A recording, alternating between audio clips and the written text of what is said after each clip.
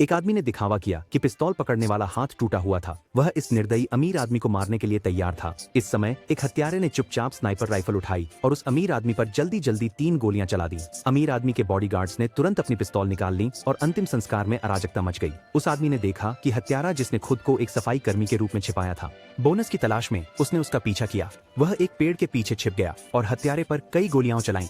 हत्यारा कवर लेते हुए भाग गया और एक कब्र के पत्थर के पीछे आसानी से खुद को नहीं दिखाया। तभी 2 पुलिस कारें मौके पर पहुंच गईं।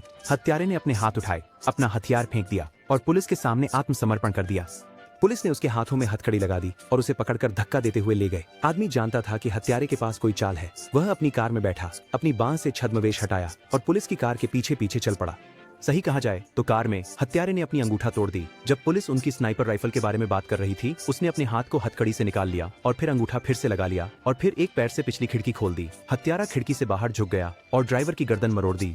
पुलिस की गाड़ी का नियंत्रण खो गया और वह पलट गई। हत्यारा कार से बाहर निकला, अपनी स्नाइपर राइफल ढूंढी, उसका निशाना पीछा कर रहे पुलिस अधिकारियों पर साधा और ट्रिगर दबा दिया। वह आदमी आ पहुंचा। हत्यारा गायब हो चुका था। वहां केवल एक खुली हुई जोड़ी हथकड़ी थी। वह आदमी हत्यारे की तलाश में लगा रहा। उसने दूर एक टैक्सी देखी और जानबूझकर उसे पीछे से टक्कर मारी। वह तुरंत कार से बाहर निकला, डॉलर की एक गड्डी निकाली, फिर उस आदमी ने ड्राइवर को मुक्का मारकर बेहोश कर दिया और टैक्सी में चला गया। संयोग से हत्यारा एयरपोर्ट जाने के लिए इसी टैक्सी में सवार हुआ। आदमी ने टैक्सी को विपरीत दिशा में चलाया। हत्यारे को तुरंत समझ में आया कि कुछ गड़बड़ है।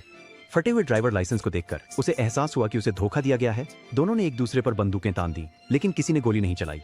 अचानक हत्यारे ने स्नाइपर राइफल उठाई और फुटबॉल मैदान के ऊपर हवा में फुटबॉल पर गोली चलाई। फिर बंदूक को मैदान पर खिलाड़ियों की तरफ मोड़ दिया। पुरुष को जल्दी गाड़ी चलाने की धमकी दी। पुरुष के पास कोई और चारा नहीं था और उसे हत्यारे के कहे अनुसार गाड़ी चलानी पड़ दी। अप्रत्याशित रूप से हत्यारे ने खिड़की का कांच तोड़ दिया। फिर बाहर झुकते हुए पुरुष से निपटने की कोशिश की। पुरुष ने तुरंत जवाब में अपनी बंदूक उठा ली। हत्यारा लगातार बंदूक को अंदर डालने की कोशिश कर रहा था।